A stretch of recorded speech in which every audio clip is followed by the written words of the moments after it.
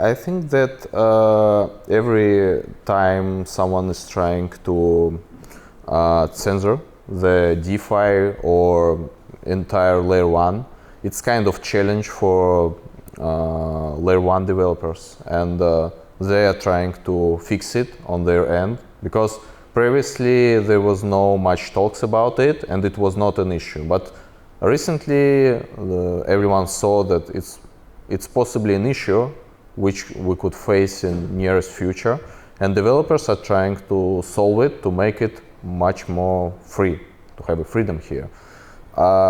As far as I can see, the regulated DeFi is probably kind of subset of DeFi, and any other kind of restriction, regulation, censorship, it's for subset of DeFi. We will always have superset which work permissionlessly, but DeFi is such a freedom which allows subset of its users and projects to self-restrict each other with KYC or anything else. So it should not be restricted to have restrictions.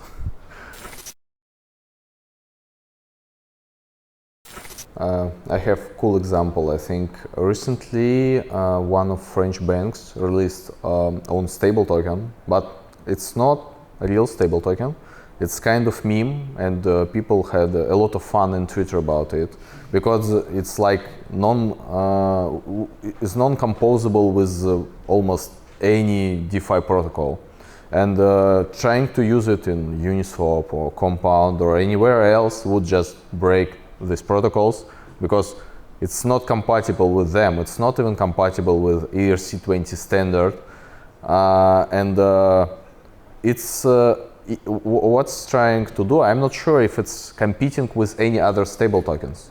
It's kind of different thing for some users. We don't know who, and that's where a regulated thing is not playing on the market it was designed for.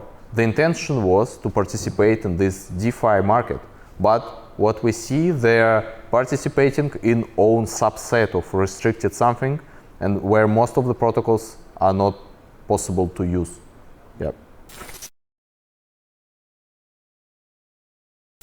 I want to say that there are some projects in DeFi who do educate users about risks, and yeah, there are a number of different risks, different types of risks in DeFi, and some projects, they educate users about that. So some users can estimate better, do some of their earnings deserve this risk or not? Is it higher or lower? I think those projects should get more attention, more traction, to be integrated in user wallets, to make it kind of more accessible for users. And one more thing here is like the greatest feature of all the DeFi is its composability, how different projects could build on top of each other. And it's also important to understand here that it's compounding risks of different protocols, usually. And yeah, I see that situation is improving slightly with time. Like with each next year, we see that more projects understand what exactly they need from audits, what exactly they need from educating users about using their platforms. And I believe that it's getting better and better with time. So we see that number of hacks is growing, amount of stolen assets is growing, but that's because whole DeFi is growing. And I believe it's growing much faster than hacks are growing.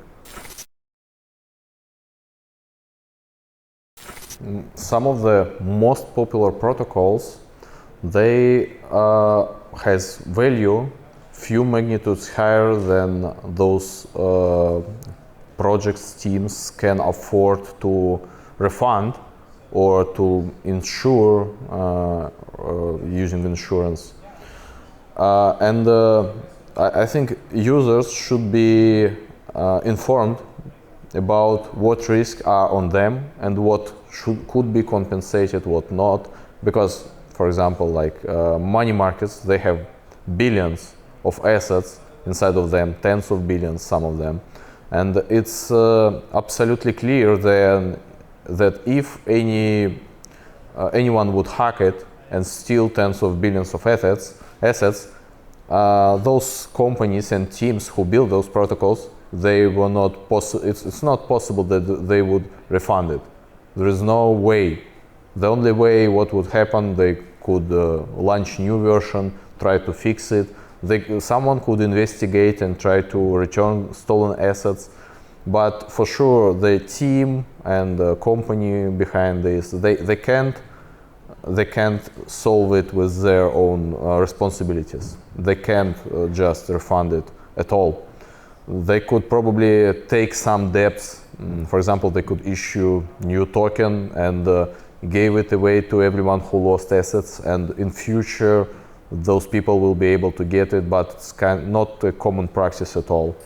And I believe that users should be informed much better on what exactly there are the risks.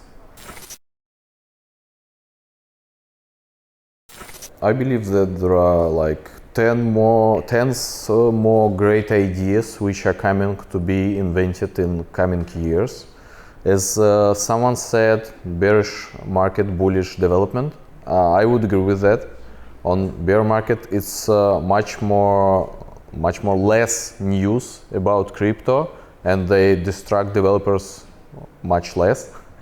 And I believe that we will see much more new protocols which were never existing before, like, I don't know, decentralized stop loss orders or anything else, much more on-chain solutions, something new.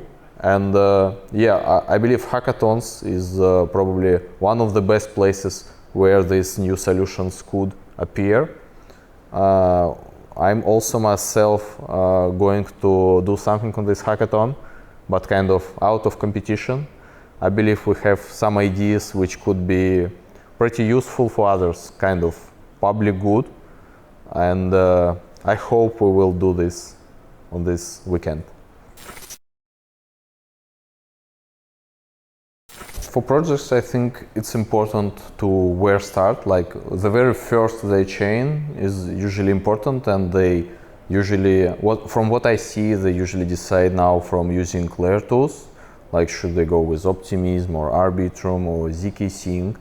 And after they launched, after like couple of months, if they feel that their project is like getting some traction, it's not that hard to have it working on multiple chains. It's not usually an issue for almost no one protocol to launch on multiple chains and be kind of multi-chain, but they don't need to support any cross-chain actually.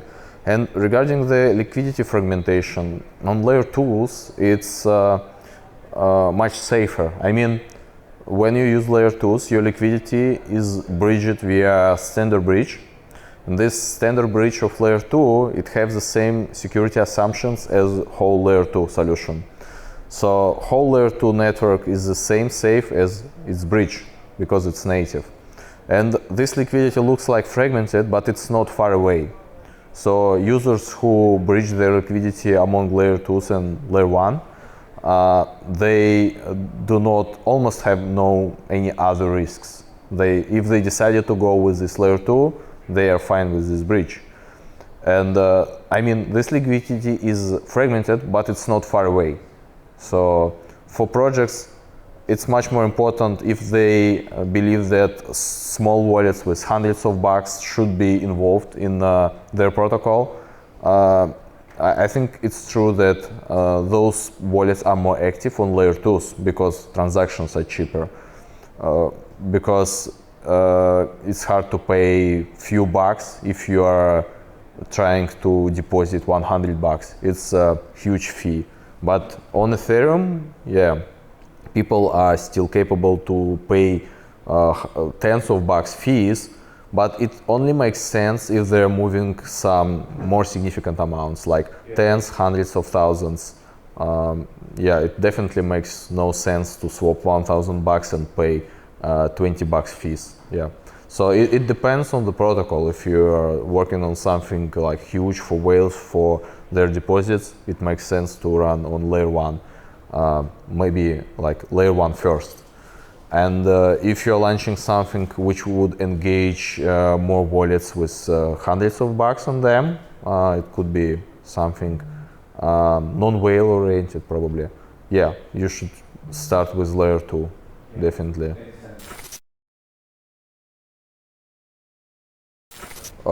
From technical point of view, any insurance should try to connect pool of people who are trying to provide insurance, sell insurance of some protocol or some arbitrary risks.